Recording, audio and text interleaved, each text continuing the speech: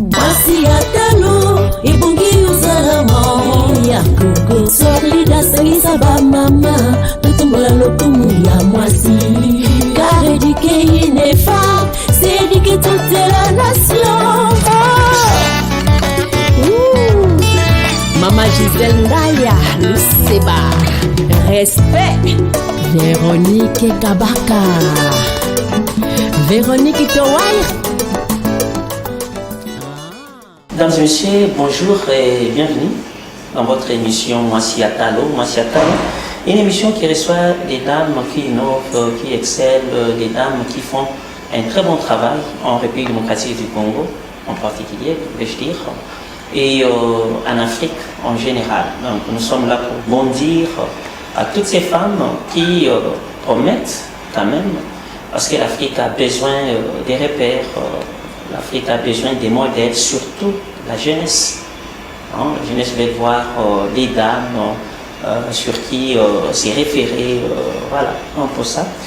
Aujourd'hui, j'ai reçu pour vous une jeune dame, et elle est encore trop jeune, mais sur terrain quand même, elle fait un très bon travail. Ça nous a poussé aussi, nous, Mwasi Atalo, de faire un saut vers cette femme qui nous a reçus bien sûr dans son bureau, faute de temps, parce que nous on fait des émissions sur plateau, et si vous n'avez pas le temps de vous déplacer, on peut profiter quand même à l'heure de votre pause, et nous venons directement pour vous poser quelques questions, et voilà, on pose ça. Je m'en vais saluer la dame en question, elle s'appelle Madame Jolie Ndaya Béa. Vous avez compris que c'est du taliban déjà, voilà, il faut comprendre. Bonjour madame. Bonjour monsieur. Comment vous allez? Ça va bien, merci. Voilà, nous sommes chez vous aujourd'hui. Et les téléspectateurs aussi de Mwasi Atalo se posent la question, qui est-elle? Bon, moi je réponds directement, non, madame, monsieur, soyez très calme, la dame va se présenter. Je vais vous présenter auprès de ces gens qui vous regardent. Qui êtes-vous? En fait, moi c'est madame Jolie Ndaya Béa, comme vous l'avez dit. Et je suis congolaise, déjà. Et je suis secrétaire générale chez FAB Congo. Je suis présidente d'une fondation qui est en mon nom, JNB Fondation, donc Jolie Ndaya Béa. Voilà. Vous avez dit, vous travaillez dans quelle société? FAB. FAB, vous produit quoi? Et ça c'est trop. C'est une entreprise, c'est une minoterie, en fait. Donc, nous évoluons dans l'industrie. C'est une minoterie qui produit de la farine de froment ici à Kinshasa. Et ça fait combien de temps que vous êtes dans les choses? Ça fait plus de 5 ans déjà. Plus de 5 ans. Est-ce qu'on peut avoir aussi votre parcours avant FAB? Madame était qui? Juste après les études, vous avez commencé directement dans FAB ou vous êtes passé par d'autres entreprises, d'autres sociétés? Oui, après mes études, je suis allée faire un stage dans une entreprise de la place. C'est une minoterie aussi. Et j'ai été engagée en tant que chargée des achats et approvisionnement à l'époque. Et je passais 5 ans dans cette entreprise. Et puis après, j'ai quitté pour aller comme assistant manager chez GBT. Donc, c'est une entreprise aussi de production qui faisait à l'époque de l'écaillé des yaourts ici à Kinshasa. Et je fais, je crois, une année 6 mois comme ça. Et après, je suis allée chez FAB. Je suis jeune.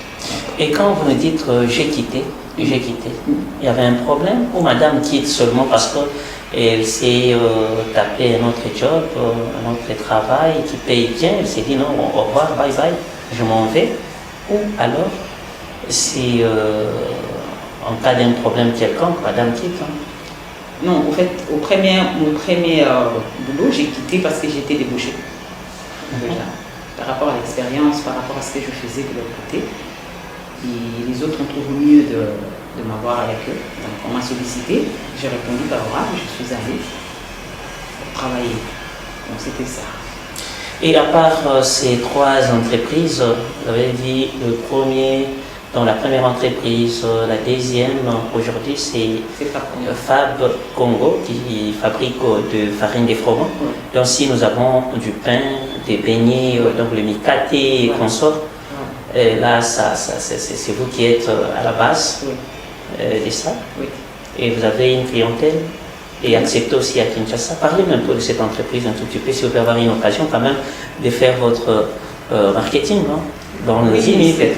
c'est la marque déjà, Fab Congo, c'est une farine de froment et c'est de la bonne qualité. Bon, on dirait que c'est parce que je travaille là-bas, mais je vous invite à goûter, c'est de la bonne qualité.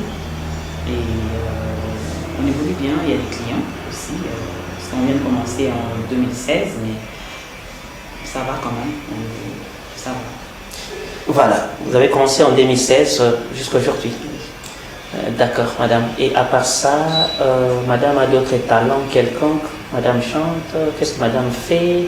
Est-ce que madame est athlète? Quels sont les talents que madame regorge? En dehors de ça, vous faites quoi encore d'autre? Bah, je chante un tout petit peu à l'église. Allez, Et je fais des actions dans ma fondation, je fais des motivations sur les réseaux sociaux. oui, Je donne des conseils de motivation pour la jeunesse. pour la jeunesse. Voilà. Donc, ma page est Jolinda Yabeya. Je suis sur Facebook, je suis sur Instagram, je suis sur Link, je suis sur Twitter. Je donne des conseils de motivation, je motive la jeunesse à travailler, à se prendre en charge, les femmes, les jeunes et tout ça. Et avec ma fondation aussi, j'ai fait des actions, j'apporte de l'aide aux vulnérables, des aveugles, même des mamans, de jeunes filles. Des fois, j'organise des conférences en discussion avec des jeunes filles et on parle de tout, de rien, de petits problèmes qui nous tracassent et qui des fois, perturbent un peu la jeunesse. Des fois, on en discute. Et voilà. Des jeunes filles qui vous contactent dans les réseaux sociaux, soit ils descendent aussi sur terrain. Oui, j'ai des jeunes filles qui me contactent sur le réseau, qui m'écrivent et par rapport au sujet que j'aborde, par rapport au message que je donne. Des fois par des commentaires, des fois ils m'écrivent en privé, c'est un messengère, madame, est-ce que vous voyez sur ce point, est-ce qu'on peut discuter, vous pensez quoi et tout. On en discute. Et je sais que je prévois des descentes, peut-être d'ici là, vous me verrez, peut-être avec le média. Je sais que je vais associer les médias aussi, donc on va faire des descentes pour voir, approcher ces jeunes qui nous écrivent sur le réseau, discuter sur des sujets qu'ils abordent. Par exemple, quel sujet? Les jeunes sont passionnés par quel sujet ou bien il y a quel sujet d'actualité? Aujourd'hui, les jeunes sont passionnés par le travail, surtout l'indépendance de la femme, de la jeune fille et tout.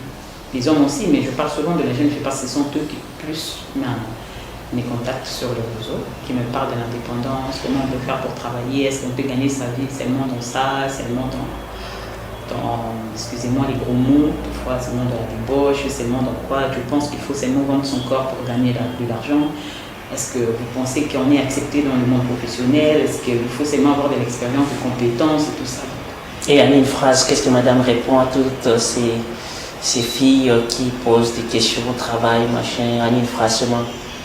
Je leur dis, tu peux gagner ta vie en travaillant. C'est possible.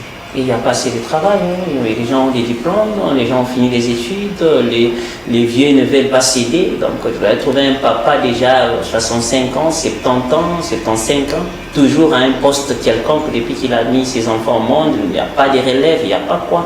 Est-ce que vous ne voyez pas aussi que tant leader d'opinion, vous levez aussi et essayez de parler aussi à ces gouvernements pour qu'il y ait quand même relève? Oui. Je le dis souvent, peut-être pas sur les médias, mais je le dis souvent, il faudrait qu'il y ait de relève, mais aussi il faudrait que la jeunesse se prépare à cette relève-là. Parce que, ok, on ne veut plus que ce vieux reste au poste, est-ce qu'on se prépare pour ça? Peut-être que ces gens-là, les vieux là, restent dans le poste parce qu'ils ne voient pas à qui donner cette responsabilité. Donc, sur mes pages, vous allez voir que je conscientise plus le jeune à se préparer à ces postes. Parce que ça viendra. Et pourquoi tu as choisi, je peux vous tutoyer quand même, parce que c'est, bon, voilà, ça c'est déjà une famille. Pourquoi tu as choisi d'abord les jeunes, de parler avec les jeunes sur le travail? Il y a plusieurs choses, peut-être d'inspiration, mais tu choisis que le travail, discuter avec les jeunes, les consorts. Comment étaient tes débuts pour avoir le travail? C'était facile? C'était difficile? Si c'était difficile, quelles a été les difficultés que tu avais rencontrées aussi au travail? C'est facile de prendre une jeune fille trop belle, jolie, belle détail de figure, voilà, au travail? Ou ça se passe comme on a toujours entendu que non, pour avoir une fille comme ça, tu l'as peiné, hein? Le secrétaire qui dit non, voilà, c'est moi qui va t'amener chez le boss, si je ne fais pas de moi, je n'amène pas ton collègue, je déchire ça. Et est-ce que ces genres de difficultés aussi, non seulement aux autres, ça t'est arrivé aussi? Je dirais particulièrement non. Mais moi, j'ai eu des débuts un peu... j'étais étudiante déjà. Je demandais à faire un stage dans une entreprise. Et j'étais acceptée. Je suis informaticienne de formation, donc je fais la gestion informatique et la base des données. Et du coup, à l'époque, c'était un groupe d'informaticiens. On a mis en place un petit logiciel qui pouvait gérer le service d'approvisionnement et les achats. Et c'est par là que j'ai décroché mon travail. Donc, vu que j'étais la seule fille parmi les hommes, l'entreprise a préféré de pouvoir garder la fille. Ils m'ont dit, écoute, c'est difficile de trouver des techniciennes jeunes, des filles, à mon temps, à l'époque. Donc, ils ont dit, on va te proposer le travail. J'ai dit, mais j'étais encore étudiante, donc je devais travailler le matin. Je viens le matin, je travaille jusqu'à 12h, je vais au cours. Et si je dois étudier les après-midi, donc je viens je vais au cours le matin et le soir, je viens travailler. Oui, ça a été difficile aussi parce que c'était un monde que je ne connaissais pas du tout. Et le travail, c'est vraiment une expérience autre que ce qu'on nous dit. Parce que là-bas, il te faut beaucoup de courage, il faut l'intelligence, il faut surtout la sagesse quand tu es une jeune fille. Les mondes professionnels sont vraiment complexes. Je ne vais pas dire compliqué, mais c'est complexe. Ça dépend aussi des objectifs que tu as. Qu'est-ce que tu veux? Tu veux travailler ou bien tu veux autre chose? Quand tu veux travailler, tu développes des valeurs de travail. Tu présentes le travail. Tu ne présentes pas ta beauté, mais tu présentes la tête de quelqu'un qui veut travailler. Tu présentes la tête de quelqu'un qui est compétent dans ce qu'on va le présenter comme tâche. Donc, je me t'ai dit, j'étais jeune, j'étais vraiment jeune, trop jeune. J'étais à moins de 20 ans, je pense, à l'époque. Donc, j'étais vraiment trop jeune. Je me suis créé un casquette d'une fille dure. Je veux dire, je ne suis pas dure de nature, mais dans le monde du travail, quand on est femme et on est jeune, je me suis dit pour que je sois prise en considération et très respectée, je dois développer des valeurs d'une fille qui veut travailler. Donc, je ne me mettais pas à l'écart des hommes. Donc, je me battais comme tout homme qui était dans l'entreprise, qui voulait travailler. Et j'ai posé des questions, comme j'étais jeune, j'étais débutante, je posais des questions aux grands frères que je trouvais là-bas. Et après, c'était peut-être la grâce de Dieu aussi. C'est ça. Et à quel moment tu as pensé à rencontrer des filles qui t'écrivent? À quel moment? Bon, moi, je suis allée sur les réseaux sociaux en 2020. Sur les réseaux sociaux en 2020. Pourquoi je suis allée? Parce que j'ai un combat en moi. Au moment où je commençais mes débuts dans le monde du travail, j'ai rencontré des filles. Comme vous l'avez dit tantôt, est-ce que pour avoir un travail, c'est ce qu'on attend? Ou bien c'est vraiment vous allez, vous déposez un dossier, vous passez le test et puis vous avez le travail. J'ai rencontré des filles sur place qui avait ça, ce que vous avez dit. C'est-à-dire qu'il présente aussi son corps, elle est très belle, elle s'est dit avec ma beauté, je peux décrocher le travail. Avec ça, je peux décrocher le travail. Et du coup, on était nombreuses, il y avait beaucoup de filles. Et moi, je suivais les comportements de filles. J'observais. Je me disais, je regarde elle, comment elle se comporte au travail, comment elle fait, est-ce qu'il faut seulement ça pour ça? Et je le comparais à ce que moi je faisais. Je me dis, mais pourquoi elle a fait ça? Pourquoi moi je n'ai pas fait ça, mais j'ai ça? Je dis, c'est-à-dire, tu ne peux ne pas faire ça, mais tu reçois ce qu'elle cherche. Tu ne peux ne pas être seulement dans cette chemin-là, mais tu réalises de grandes choses. Tu ne peux ne pas être dans ces chemins-là, tu réalises, tu acquiers de compétences. Tu peux apprendre, te sacrifier en apprenant et après devenir celle que tu veux devenir. Donc du coup, j'ai observé. Je suis vraiment très observatrice, moi, de nature. Donc j'ai observé et puis après, à la fin, j'ai eu ma petite conclusion. Je dis, on peut travailler, apprendre, devenir compétente et assumer des responsabilités. C'est possible. Et du coup, je commençais à en parler sur les réseaux sociaux. Je commençais maintenant à motiver les gens. J'ai écrit, écoute, tu peux avoir confiance en toi, tu peux travailler, tu peux devenir ça, tu peux devenir ça. Et à l'introduction, on a parlé quand même, tu nous as parlé de ta fondation. Oui. Tu as dit que tu fais aussi des descentes. Vous avez assisté quel genre de personnes aussi, vulnérables, des orphelins, vous avez suffisamment à faire des descentes quand même sur terrain, ça se sent. Dans ma fondation, on a fait de descentes, nous avons visité de mamans. L'année passée, on a visité de mamans maraîchères du marché de Kingasani. On a essayé de parler avec eux, leur motiver, on a donné un tout petit peu de financement aussi pour les aider à ce qu'ils sont en train de faire déjà, pour augmenter un peu la capitale de leur business.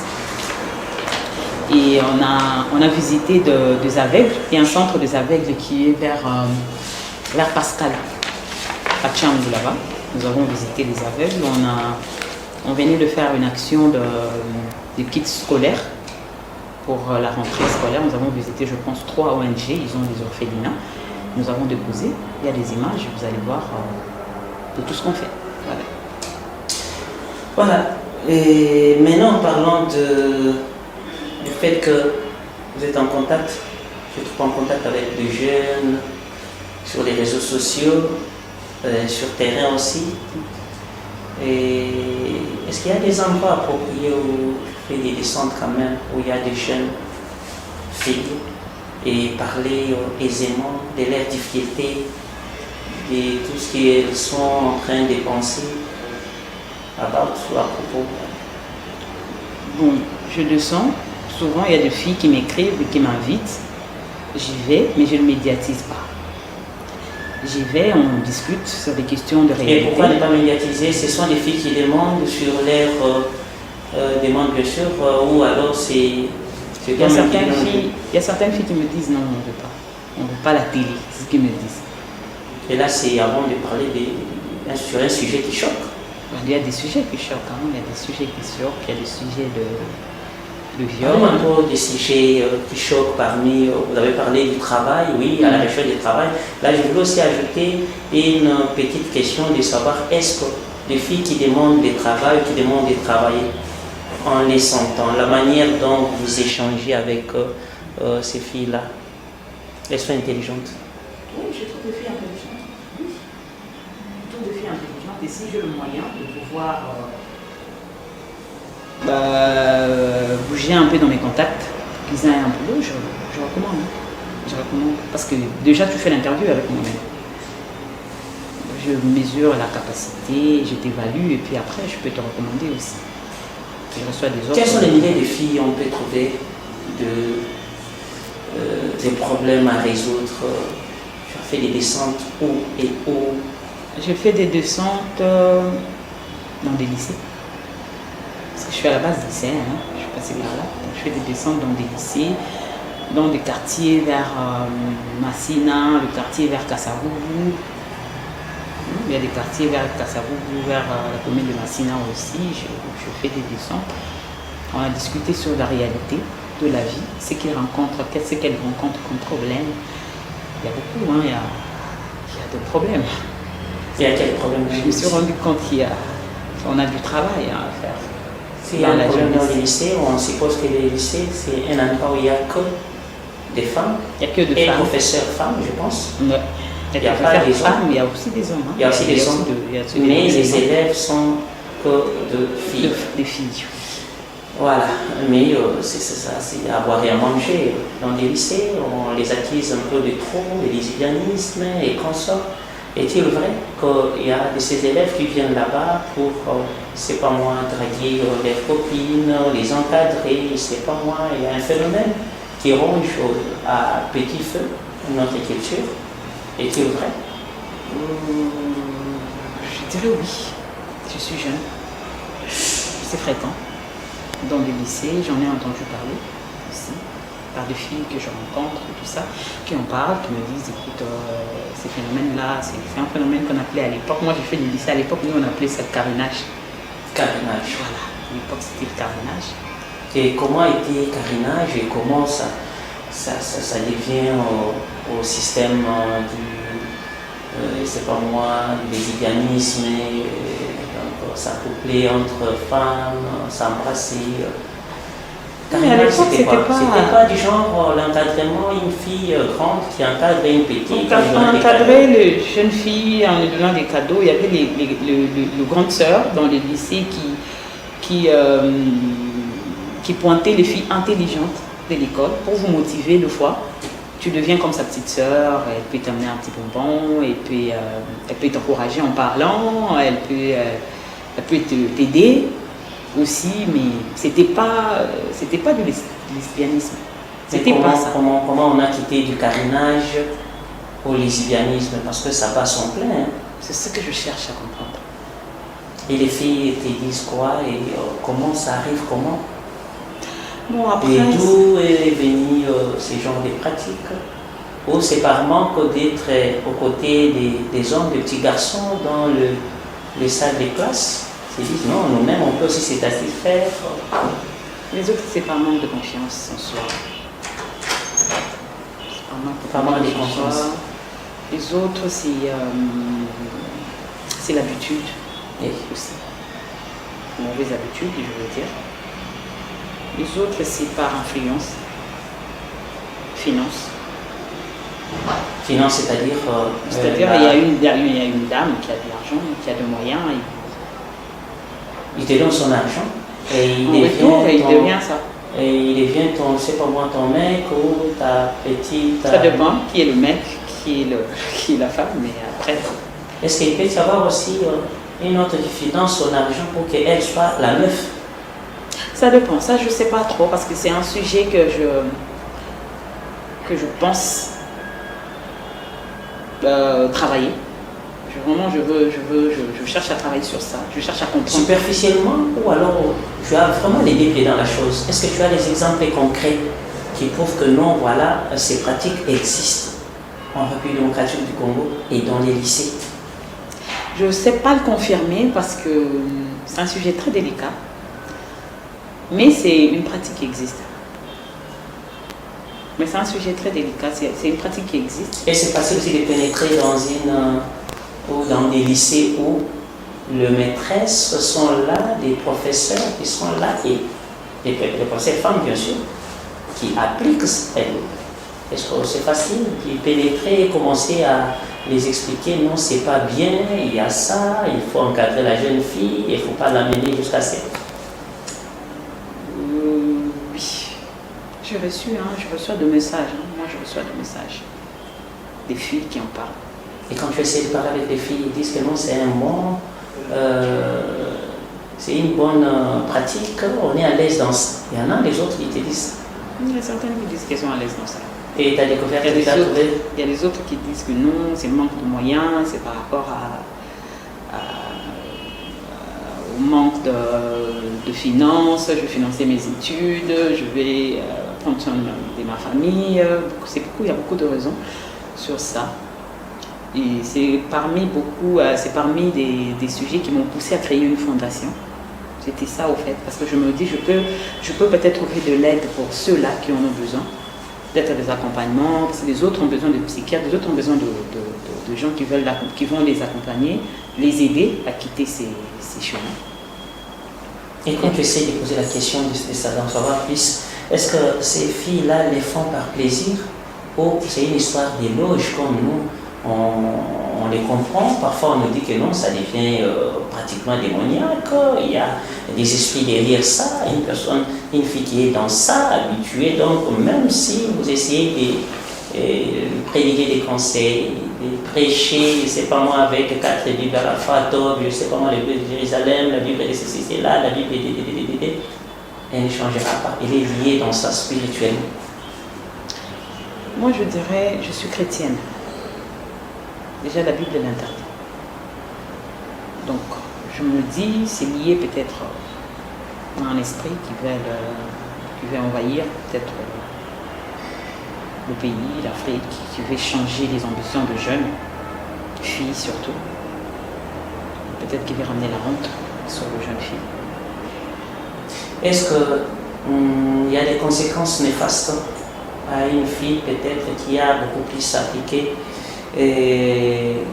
ses relations intimes avec une autre fille dans son mariage? Est-ce qu'elle va s'adapter facilement, elle va arrêter, elle va continuer d'après ce que les filles te disent quand tu les rencontres? Je dirais il y a des conséquences parce que quand tu vois une femme qui est mariée, qui pratique ça. Est-ce qu'il y a des femmes qui sont mariées et qui continuent à pratiquer ça? Oui. Et les rôles de son homme, est-ce que son homme n'est pas au courant, son homme n'a pas peut-être... Je ne pense pas. Parce que moi, je me dis, mon combat, c'est le travail et la conscientisation de la jeune fille. Et comment tu vas faire maintenant avec ta fondation pour pallier à cette pratique qui date? Quand on parle des lycées, tout ça dans mon côté, il y a plusieurs lycées à la fois. Ici, d'abord, dans la ville province de Kinshasa. Mais là, je me pose la question, comment madame va faire et comment elle va parvenir à satisfaire tout le monde? Comment enlever cet esprit-là? Quelles sont les méthodes prises pour enlever cet esprit-là à une fille qui est déjà habituée au plaisir sexuel d'une fille quelconque ou habituée à percevoir de l'argent? Quand on perçoit l'argent d'une fille, et là directement de l'autorité sur toi. On a rencontré d'autres filles, c'est que frappe aussi notre fille. On a rencontré d'autres filles qui sont à la maison en couple, soi-disant appelées Sinambo dans la famille. Je ne sais pas si madame est au courant de ça. Oui, je fais quand même des investigations, l'équipe a travaillé sur ça. Et je me dis, quand je commence par... C'est juste un rappel. Cette histoire des lesbianismes, l'homosexualité entre les femmes et consorts, c'est une histoire qu'on a toujours suivie des gens. Mais toi, étant une femme, tu ne l'as pas vécu. Tu as rencontré aussi quelques femmes qui ont, bien sûr, ces pratiques-là. Et tu es allé plus loin aussi de me dire que ta fondation, d'ailleurs, c'est ta source d'inspiration pour sauver la femme qui est dans des trucs comme ça et comme ça pour la ramener sur les bons chemins. Est-ce que tu peux me parler suffisamment de ces pratiques? Qu'est-ce que tu veux au juste? Où est-ce que tu peux en venir? Est-ce que tu es la seule ou tu es en contact avec des ONG qui protègent la femme et qu'on sort? Est-ce que ces femmes-là sont prises des bons grés? Ils se parlent, ça s'accorde, et puis elles donnent son aval ou elles sont violées par force et qu'on sort? Qu'est-ce que ces filles-là te disent? Parce que tu as dit vraiment tous contents et ce courage-là de t'approcher vers ces filles-là. C'est des sujets qui m'intéressent parce que j'ai été aussi avec madame la ministre de la Culture, Art et Patrimoine. Je pense que tu vas toujours la rencontrer aussi parce que ça fait partie aussi de ses prérogatives, c'est la culture. Pourquoi pas rencontrer aussi madame Gisèle du genre famille enfant. Et celle de la culture que je viens de dire tout à l'heure, c'est Cathy Fora, de rencontrer un peu, de plus se voir, tu leur donnes aussi tes idées, et ta motivation, et essayer de vous orienter pour en faire, parce que c'est un phénomène aujourd'hui, et ça part loin. Laissez-moi t'informer, même que je suis en contact avec madame Mimi Litera, qui a eu les trophées de la police, parce qu'elle milite pour toujours avec dans le même sens, et comme vous, comme toi, et elle milite pour la violence, ou des violences plutôt faites à la femme, les consorts, elle protège la femme, les consorts. Il nous a même dit qu'à Kinshasa, elle est arrivée maintenant à 2600 quelques cas des parents, papa qui couche avec les filles. Là, on va encore en parler, c'est un autre débat, je ne sais pas si c'est juste pour élargir les champs de tes enquêtes, pour parler à ces filles, comment les ramener sur les rails. Cette fille qui est née dans une famille quelconque, elle est devenue tout de suite là, maman Naïe, et voilà, ils partagent la même nourriture, le même toit, et le même homme qui est alors, en l'occurrence, son père. Donc, tout ça sont des cas. Et vous êtes comment aussi?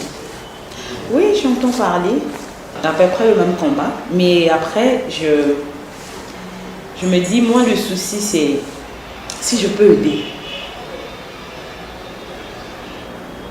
quelqu'un à sortir de ça, ça serait une fierté pour moi.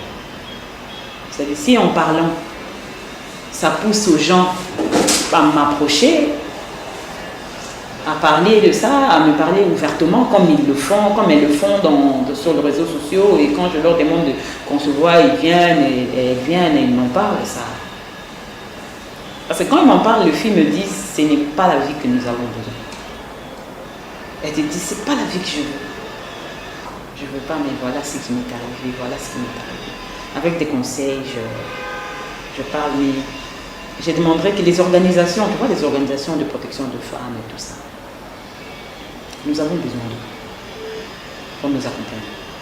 Qui vous accompagne,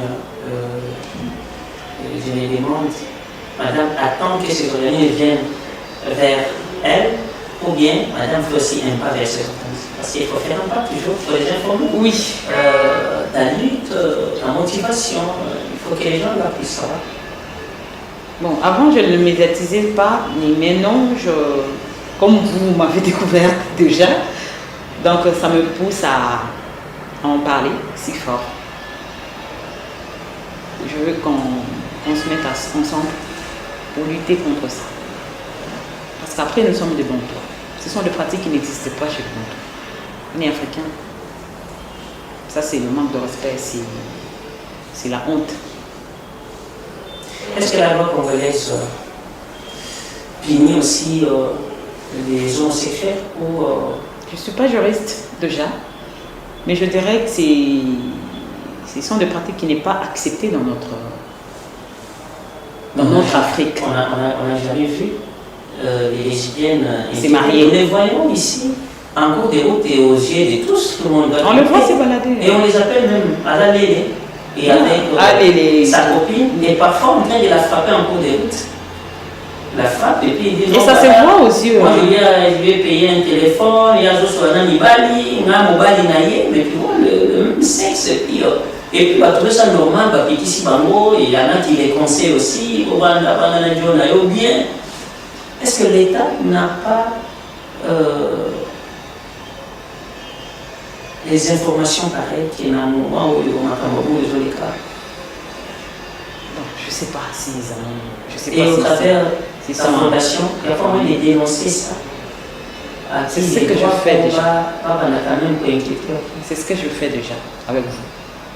Et c'est ce que je ferai avec la campagne que je prépare par rapport à ça.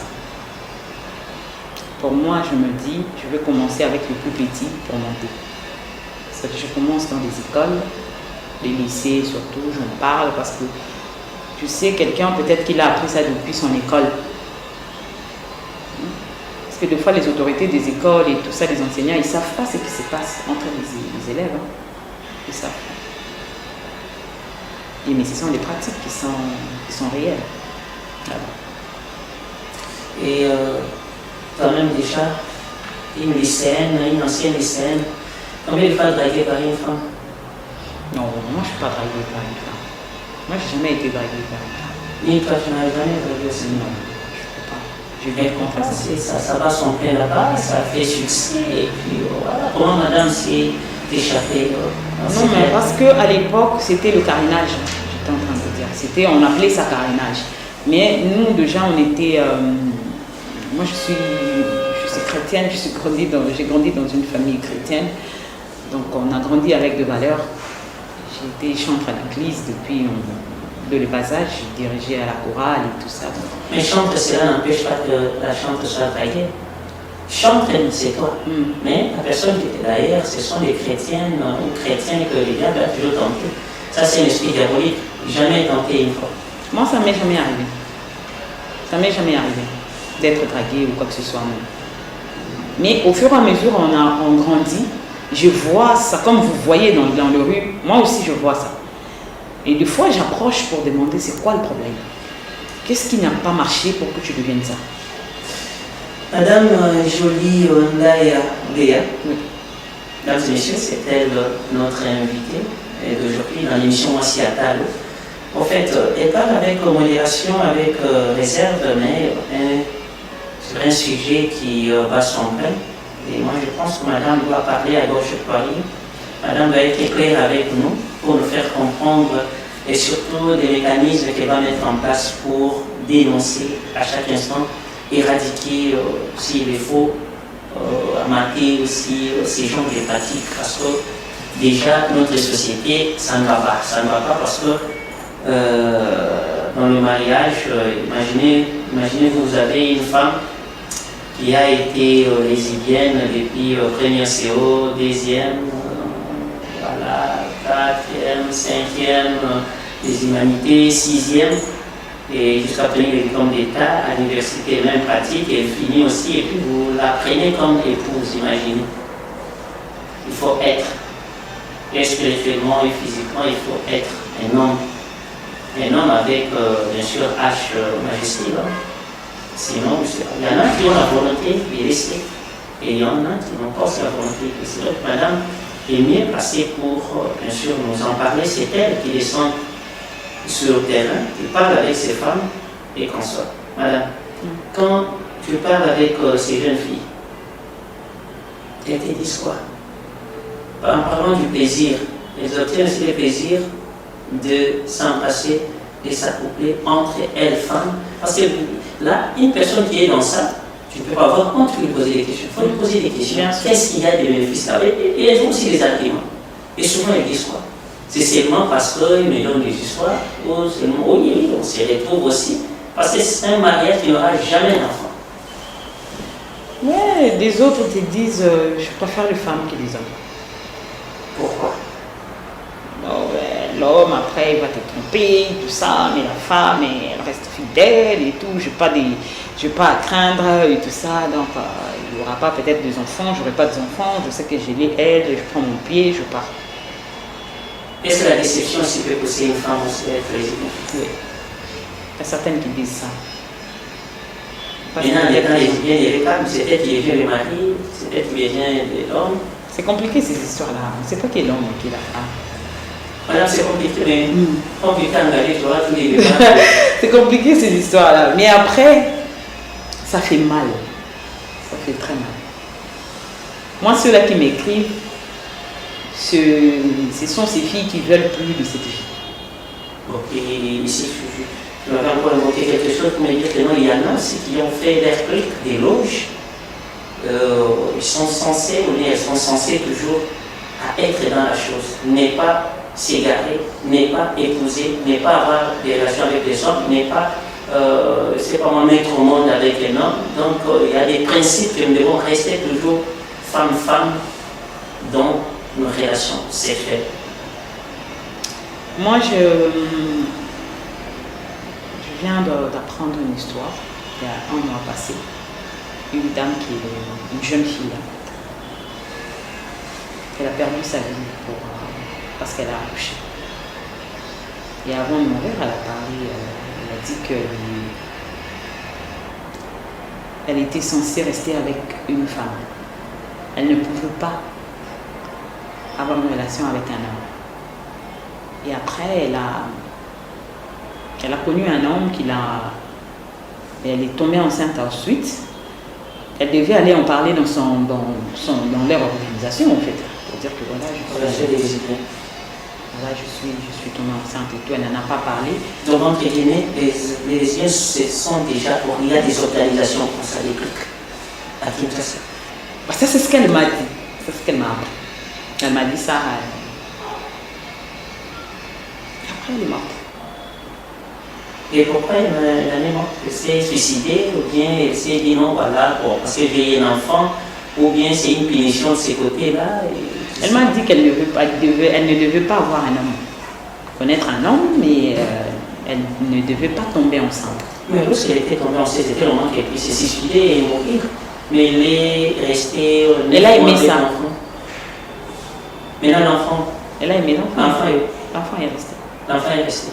Avec l'histoire que non, maman est brésilienne, maintenant elle a refusé à ce qu'elle puisse survivre. Je sais pas. Et qu'est-ce qui a causé sa mort? C'est ça? Des soucis seulement d'avoir. Parce qu'elle en parlait. Si vous en parlez, après les principes, vous mourrez. Je sais pas, mais elle a en parlé aux gens, elle m'a dit ça.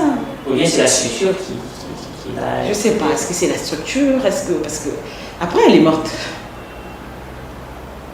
C'est un mystère que j'ai pas bien compris. Mais elle a dit ouvertement que je ne pouvais pas avoir d'enfants, je ne pouvais pas avoir un homme. Je suis en train de mourir et je veux vous laisser cet enfant. Ou bien dans les causes, dans les principes, si vous vous égarez comme ça, vous devez quitter. Peut-être ce sont des principes. Peut-être c'est des principes, je n'ai pas d'informations sur Madame, mais à la prochaine occasion, on va revenir sur ces questions, on va avoir des façons de savoir que vous êtes une structure proche à la jeune fille. Oui. Ah, voilà. Et à quel moment, étant une femme travailleuse, les responsables et les sociétés t'ont apprécié? Tu as eu des éloges aussi? Pas dire que tu travailles normalement comme tout le monde, là où tu fais exception quand même, là où tu excelles quand même, et les DG arrivent. Non, en tout cas, sur tel point, je t'en félicite. Tu as déjà eu des félicitations aussi dans l'exercice des plusieurs fois, mais ce qui m'a marqué le plus, c'est qu'on a connu un accident en 2018 avec l'entreprise et je crois tous mes collaborateurs ont été expulsés à l'époque. J'étais restée seule avec les travailleurs et tout. On s'est battu ensemble avec les travailleurs et tout ça pendant leur absence, à peu près pendant 9 mois. À peu près. J'avais avec moi plus de 2000 personnes à gérer. Après moi, il fallait leur motiver, il fallait leur donner de l'espoir, il fallait leur dire que la société ne va pas fermer, garder espoir, on va réouvrir. Il fallait à leur payer les salaires pendant qu'elles ne travaillaient pas pendant 9 mois. Du coup, on s'est battus, eux de loin, moi ici, ensemble, et tout ça, jusqu'à ce qu'ils sont revenus. Et quand ils sont revenus, ils ont trouvé l'entreprise, tout le monde en face. Ah, ils ont trouvé l'entreprise, ils ont trouvé les travailleurs. Les travailleurs étaient très heureux et contents. Moi également, j'étais content. Et eux, ils étaient plus contents. Ils m'ont félicité. Ils m'ont dit tu nous as prouvé une marque de. Et pourquoi tu n'avais pas volé de l'argent cet instant-là? Prendre de l'argent et tout le monde et s'enfuir. Aller loin du pays, c'est comme aux États-Unis, en Europe. Tu savais tout cet argent-là au lieu de faire bouchon pour la tête, chercher comment encadrer les 2000 travailleurs, on donne le peu là, paye d'abord 100, ici paye d'abord 80 personnes, garder l'entreprise qui a, c'est pas moi, des véhicules, c'est pas moi, des meubles et consorts. Il fallait vendre et tout et chercher, voilà. Non, mais après, j'ai dit au début de l'émission, on a des valeurs et des objectifs aussi. Quand tu sais c'est quoi ton objectif, c'est quoi ton ambition, je pense que tu fais des choses pour atteindre ton objectif. Quand ton objectif est de voler, tu vas mettre en place des bases, des valeurs pour voler, devenir un bon voleur. Voilà mon objectif. C'est encadrer les jeunes filles, c'est encadrer la jeunesse, c'est montrer l'exemple à la jeunesse, c'est poser des bases, donner des bonnes valeurs à la jeunesse. Je n'ai pas trouvé, ça ne m'est même pas passé à la tête de pouvoir faire quelque chose de pareil. Pas du tout. Pour moi, j'ai vu une responsabilité. Pour moi, je dis, mais si Dieu permet que cette histoire arrive, à ce que je reste moi comme responsable, c'est qu'il a besoin de moi pour l'encadrement de tous ces restes. Et ça m'a encore motivé de plus, parce que quand je voyais les travailleurs me dire, mais madame, on compte sur toi, madame, et tout ça. Ce sont ces mots-là qui m'ont motivé. Et quand je vois aussi mes patrons me dire, Jolie, tu es là-bas, c'est un bon, et tout ça, ça va aller, on va trouver une solution et tout ça. Et ça m'avait vraiment motivé, moi, à pouvoir travailler à cet instant-là. Je travaillais, je voyais mes frères congolais et tout ça, je voyais le jeune, parce que je travaille plus avec des jeunes aussi. Je voyais des jeunes qui me disaient, mais madame, si on ferme, nous, on va devenir, qu'est-ce qu'on va devenir? Et qu'est-ce que l'entreprise est devenue maintenant? On est là, on est stable. Ça existe? Oui, ça existe, l'entreprise existe. Ça existe, c'est stable. Tout va bien. Voilà. Merci, et j'espère que c'est les gens qui viennent de nous joindre, c'est l'émission Mwasi Atalo. Ici, on reçoit les femmes de valeur. On ne reçoit pas n'importe quelle femme. Voilà pourquoi je dis aux femmes de bien travailler.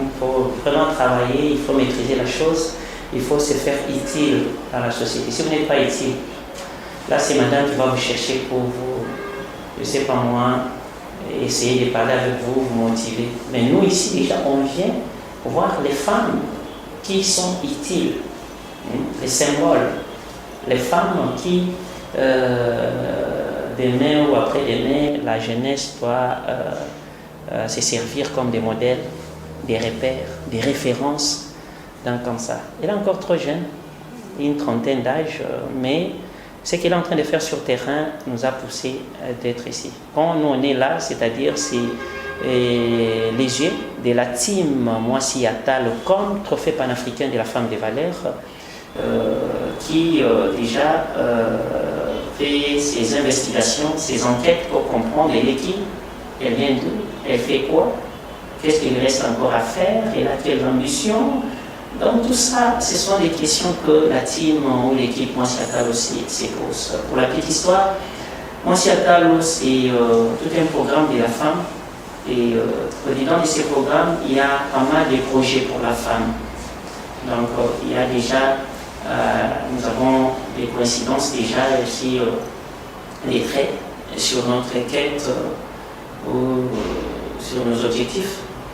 Voilà. Nous sommes à la 4e édition pour ce qui concerne Mwasi Atalo projet comme projet des trophées panafricains de la femme de valeur. Donc pour la première fois en RD Congo, un trophée 100% femme et un trophée accompagné des cadeaux à la femme. C'est le trophée Mwasi Atalo.